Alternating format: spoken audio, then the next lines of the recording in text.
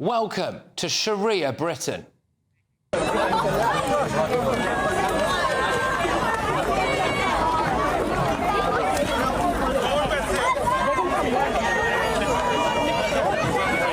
All right, let me play that for you again. So tell me, when you see this, what is it you notice? We've got a park run going on here. It's organised by the East London Mosque, and there don't appear to be any women, do there? Oh, here's why. The mosque banned girls above the age of 12 from taking part, reportedly. Now, I'm just going to say something now. Bit creepy, lads. What is it? Would you be distracted by a 13-year-old girl jogging? Are girls that age seen as sexual objects? Very strange, I think, very strange. I'll also say this. I think that there's some very bad dads who took part in that run. How many of the blokes running have a daughter who was banned from entering? Did they just go along with it? What message does that send to their daughters? Remember when President Trump criticised for saying this? I look at London, where you have a terrible mayor, terrible mayor, and it's been so changed. Now they want to go to Sharia law, but you're in a different country. You can't do that. Well, here we are. Women banned from sporting events. And where are all the feminists? Feminists in Britain have been very quiet about things like female genital mutilation. FGM cases rose by 15% last year. Feminists are very quiet about forced marriage, even child marriage. Feminists are very quiet about Sharia courts. Now, Britain is the Western capital for Sharia courts. In one case, a woman was told to hand over custody of her children to her ex-husband in exchange for a divorce, contradicting the family court order in Britain's actual courts that restricted his access. Another shocking example involved the former president of the Islamic Sharia Council, who in 2010 stated that marital rape was, quote, not good, but is not an offence because sex is part of marriage. This stance was echoed by other judges within the same Sharia Council.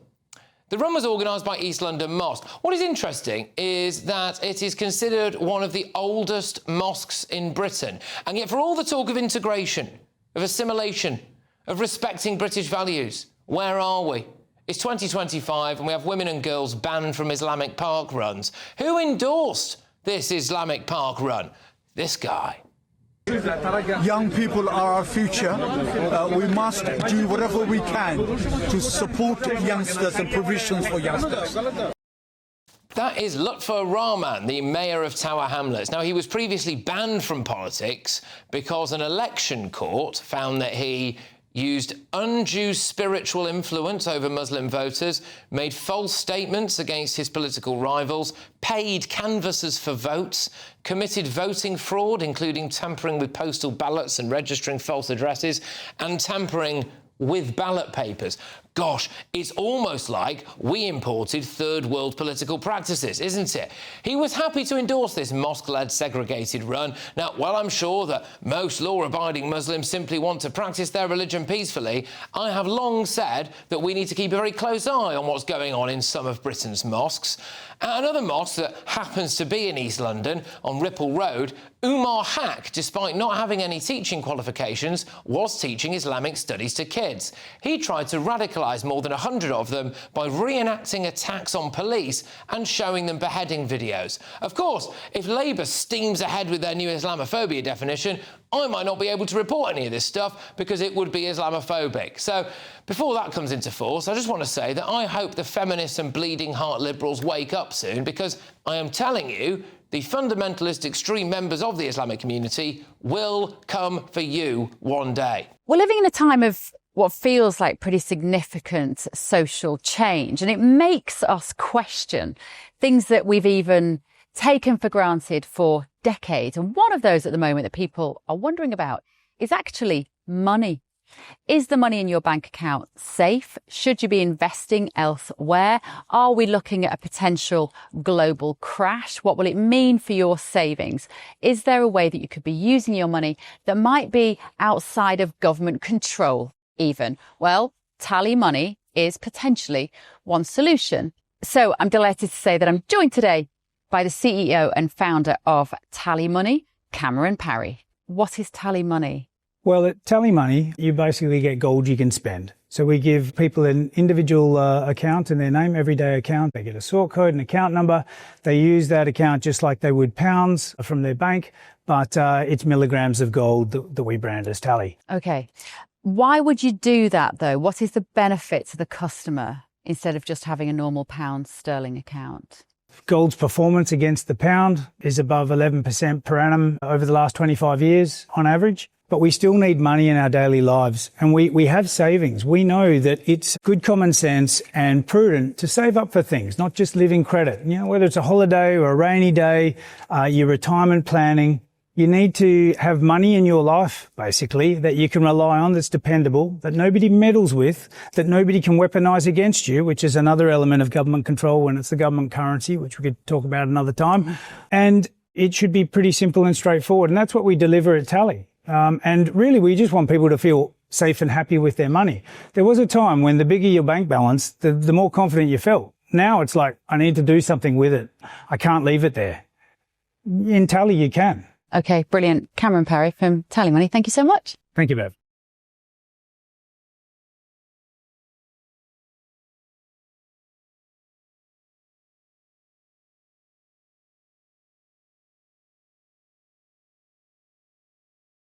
Let's get the thoughts of my panel. We've got broadcaster and columnist Carol Malone, Reform Party member, former Tory Party chairman Sir J. Berry, and trade unionist Andy Twelves. Well, Carol, you know, where are the lefty-lovey feminists when it comes to this stuff? Exactly, where are they? Because this is not just sexist, it's misogynistic, and it's very possibly illegal, a breach of the Equalities Act. This country is forever shouting how it's in huge favour of diversity and equality and inclusion. Where's the equality for Muslim women and girls in this country? You know, these girls are being discriminated against because of their gender. They're not allowed to run in this race. If this was a Christian run or a Jewish run, there would be outrage if women weren't allowed to take part. But here, this is all to do with the creeping Islamisation of this country. We call misogyny out all over this country, all over the place when it happens, except when it's Islamic misogyny. And then it's different. And then these girls are discriminated against. We have schools in this country, a growing number of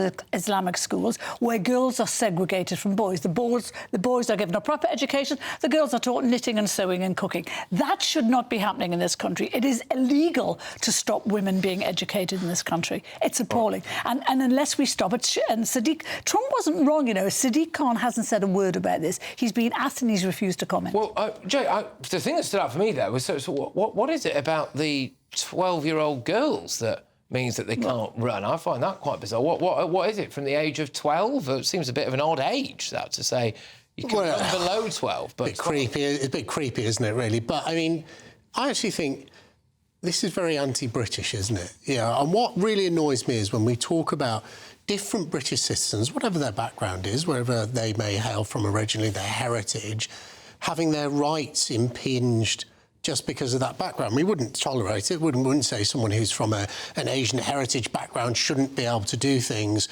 because we feel like they shouldn't be able to do it. But we have that here, don't we? We have women and young girls prevented from taking part in a sporting event because of their background. It's something I just don't sit very comfortably with. And it's religion. It's not just a background. Well, but the religion is because of their background, isn't it? And if we think about the sort of things we've had recently, all those London clubs that wouldn't admit women, maybe, I don't know, a couple of thousand members, I don't know, all those celebrities who set their face against, you know, the Gaucho Club or wherever else it was saying, or the Gaucho Club, the Garrett Club, that's it. You know, they won't allow women, everyone should resign en masse. You know, that is completely irrelevant to Britain. This is really relevant. That's because that directly affected lovey/upper middle class women, right? And so they made that a big personal crusade. But when it's to do with this, and there's risk that you might delve into slightly choppy waters when it comes to the East London Mosque. They want nothing to do with that. There is, I feel, Andy, a wider women's rights issue here. I mentioned a couple of cases, for example, on the Sharia courts, etc. I don't know. It does seem as though people are reluctant to call out the fact that there is huge women's rights issues amongst aspects of the Muslim community. Yeah, and I think they should. I'll gladly sit here and do it. I think a lot of people on the left who are in the public eye, who go out on radio, on broadcast, would probably call it out. I would be disappointed in them if they didn't. I think this is disgusting and it's misogynistic.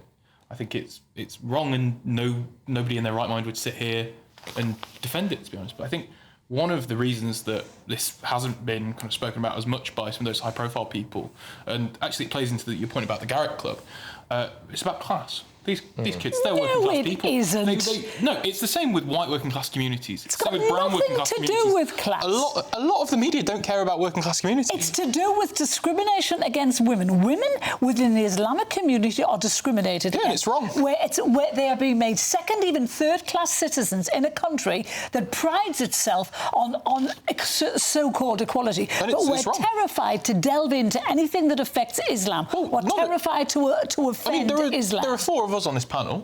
None of us are terrified to condemn it. I genuinely, and we're across I'm not talking the political about us. spectrum. I'm talking about the people who could actually have done something about this. And I'm really hoping that, who's the lady? She called Baroness. She's the chief executive of the Muslim Women's Network. She said that this is probably against the Equalities Act, and it needs to be somebody like her who takes this on and sues these guys for this. This shouldn't. Well, the first thing that can happen is the government can stop funding the mosque. Yes. Because the mosque currently receives, albeit a small amount of money, it's £10,000, but it's still British taxpayers' cash. They shouldn't be getting a penny to do this sort of thing. They should have their licence to use the park or whatever licence they need to hold this sort of event withdrawn and never renewed until they actually put on a proper event. Finally, you're right, Carol, about the legitimacy of it. If they'd have had a male run and a female run, that would have been legal. The fact that some women are banned, women over the age of 12, makes it a potential crime under the Equalities Act. And I do hope that this two-tier justice government will be pursuing this crime, allegedly, that has been committed under the Equalities Act. Is that Sharia law and its values is being allowed to take precedence over British law and its values and its traditions, and that is illegal in itself. I worry about what it says maybe about wider aspects of the Muslim community living in Britain. So, you know, was there a big fanfare from the dads there? I mean, there doesn't appear to be. There's been no reporting of it. You know, it doesn't appear to have said, "Hang on a minute, my daughter's 14. You know, me, the dad, and her brother are going to take part in this. Come on, we live in London. Why can't my 14-year-old daughter?" They just blindly go along with it because the mosque has told them to. It's weird. I think it's peak and it's wrong. It's just not right at all. And you know, I'm not going to sit and defend it because I think it is. What do wrong. we do about it? What do you think needs to happen to try to stop this? Because the difficulty anyone's going to have when it ties in with any issue relating to this is that if there is a sense for a lot of Muslims that this is coming from an imam or from a spiritual leader, they don't want to go against that. So how do we get them to prioritise our way of life and our? Well, it's not even just that, because you've got, you know, Lutfur Rahman, who's the mayor of Tower Hamlets, runs the council, endorsing it. Yeah. So even there on the kind of local government point, if he's going out and endorsing it, why would they think they're doing it wrong? Patrick, you mentioned the case of a woman before in your intro, and you said that what happened to her? Well, there was two. One of them she had to give the kids to the bloke to get a divorce from Sharia. There's one thing we can do. We can actually say that the British courts can go to her and take the children away from the father and give them back to her. So you could ban Sharia courts if you felt that strongly about it. We should ban all religious courts. Multiculturalism has absolutely failed. We were sold this lie of multiculturalism. Britain shouldn't be a multicultural society. We should have one culture, that is the British culture. Of course, that changes over time. You can, you know, with communities come in, they enrich our culture. But this idea that you can live as part of a separate culture in British society, it's wrong for Britain and it's wrong for those communities. This worldview, where 12-year-old girls are banned from going on a parkrun, it is a backwards view. Yes. It's the sort of view that was held in the United Kingdom, England, Wales, Scotland, Northern Ireland, hundreds of years ago. Why are we going back in time? We are proudly a progressive society. Your last government and this one, they've allowed people to come to this country and live separate lives. That's government. That's why I left the Conservatives. It's got to be changed. Right, yeah, again, just all I will say is, you know, because it's in quite a trendy area, that, as well, around... Hackney. Hackney hipsters. Yeah, absolutely, it's been gentrified, but, well, there was far too many gents on that run, actually, weren't there? But, yeah, look, all I will say, no, seriously, all those people who are keeping quiet about this, all right, fair enough, but they will guarantee you it will come for you one day. Anyway, an East London Mosque spokesman has said, obviously it's a spokesman, has said, the suggestion that our event breaches the Equality Act is entirely incorrect. Single-gender sporting events are lawful under Section 195 and Schedule 23 of the Act and are common across the UK. I just quite to say to that it wasn't single-sex. Girls could run unless they were over 12. Exactly. The Muslim charity run operates under the same legal framework as these established events. Right, when asked at the event about what he thought about women being excluded, Lutfur Rahman told The Times, what is important is that they have brought communities together. There's no room for criticism. There's room for celebration and congratulating the fact that youngsters from a very young age to an elder who is 94 participated. Yeah. Most of them were blokes, though, weren't they? Anyway,